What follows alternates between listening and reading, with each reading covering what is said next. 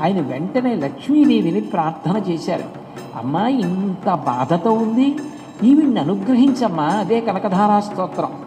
ద్రవిణాంబుధార అని శంకరాచార్యులు వారు అన్నారు. ద్రవిణము అంటే బంగారం, దాన్ని కనకధార అని మార్చారు.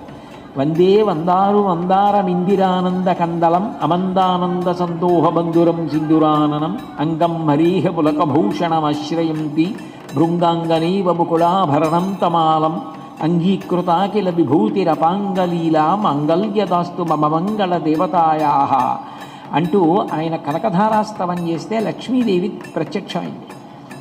ఆవిడంది, శంకర, నేను ఆమెకి ఏదైనా ఇవ్వాలి అంటే చిన్న పుణ్యమైనా గతంలో చేసినది ఉంటే దాన్ని అడ్డుపెట్టి ఎంతైనా ఇస్తాను. నన్ను అడగగలిగిన వారెవరు? ఇంత పుణ్యం ఒకరికి పెట్టినది ఏదైనా ఉంటే దాన్ని అడ్డుపెట్టి ఇద్దును.